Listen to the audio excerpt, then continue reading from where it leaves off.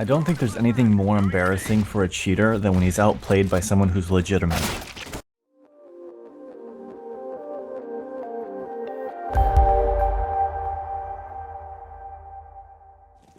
So I had this game recently where I actually played on Aztec. This is actually a pretty rare occurrence for me, and I haven't really been playing it much since probably 1.5. Yes, 1.5 comes before Classic CS 1.6. For another example, that's pre-Steam, guys. But still, things started off incredibly difficult, where we barely lost the pistol, but then we ended up ecoing them, only to lose the next round. But already, even this early in the game, there was one person on the other team that was already beginning to outshine his teammates. His name was TQ, but for the purpose of this video, I think I'm just going to call him Goatlicker. Now, even early on, you can see that there is definitely something wrong with Goatlicker here. Good news for me is that my teammate seems to be going off.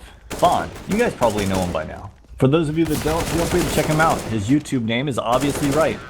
And while the game seems to be going well for him, I'm struggling a bit to get my kills. And still, to this point, even though that one guy does seem a little bit shady, he hasn't done anything out of the ordinary to this point. Well, that is until this round. Now, I know what you're wondering. What was so suspicious about that particular round? Well, it was straight up mostly just the reaction time. And the reason this is weird is because I knew this guy was going to be positioned here. He had positioned in the same spot for the past 3 rounds. But even with him pulling rounds like this, look at the score. Granted, this was mostly due to me pulling entry picks like this and Fawn just completely obliterating them. I mean, honestly, look at this. Fawn could not be stopped.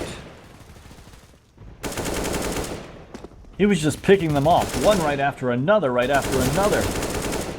And through not only our combined effort, but the combined effort of our entire team, we found ourselves up 11-4 at the half. But that's when things changed, and things got incredibly difficult.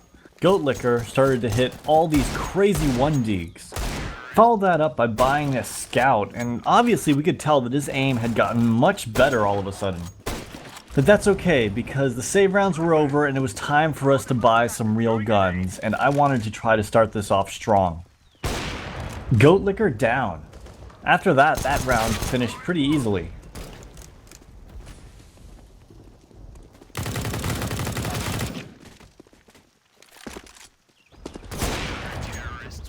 Our confidence had returned, but was it too soon?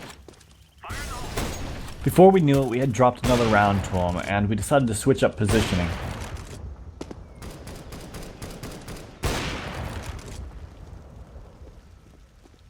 We were going to have to figure out a new way to play this guy if we wanted any chance in beating him. Sadly, for now, we continued to drop rounds. This next round was that of Miracle. After Fawn gets these 2 early picks, I'm able to kill Goatlicker in water. I'm amazed to see how fast he turns around and almost actually shoots me. Good thing that rate of fire on the scout is so slow. Still though, because of that, I find myself now in a 1v1 and am able to clutch the round. This brings us to the next round where I'm able to get a pick on Bridge and then once again get a pick on Goatlicker in the water.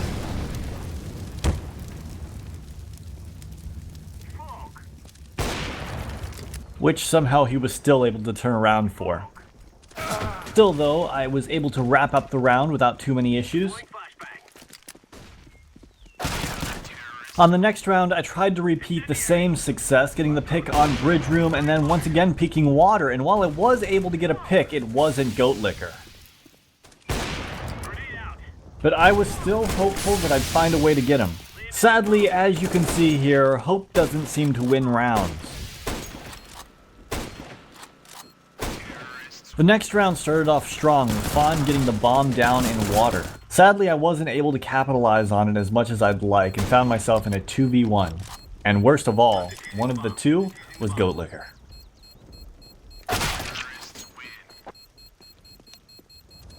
On the next round, we had a really good chance, and even though we found ourselves in a 2v1 against Goatlicker, I missed this easy shot opportunity. Which sucked, as I now had to retake against him and try to defuse the bomb. The worst part of all is that I actually had a really genuine opportunity to win this round, and I just couldn't hit the shots. Okay, time to shake that off. This game isn't over yet.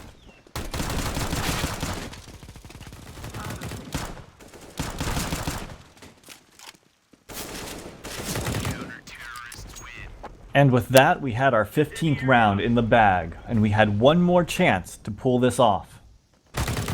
The only problem is that I wouldn't be the one to do it.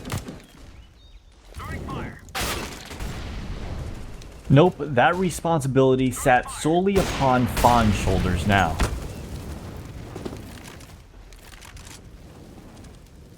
Here you can see Goatlicker is trying to wall Fawn, but Fawn is playing this so well. We'll watch it from his perspective.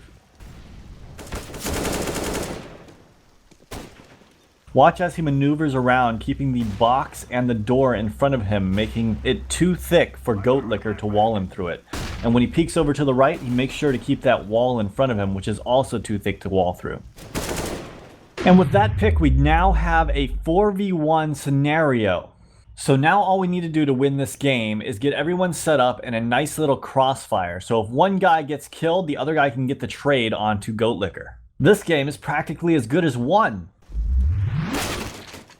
What just happened? Here you can see it turns out Crazy just TK'd Fawn, taking down our best chance of winning this round. And with that kill, you can see he obviously realized that he just screwed up royally. That gives Goatlicker a huge opening, and he takes complete advantage of it.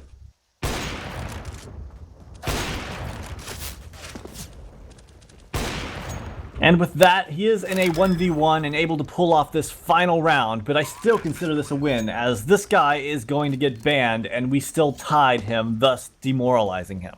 Hope you guys enjoyed this video. Let me know what you guys think in the comments down below, and have a great day.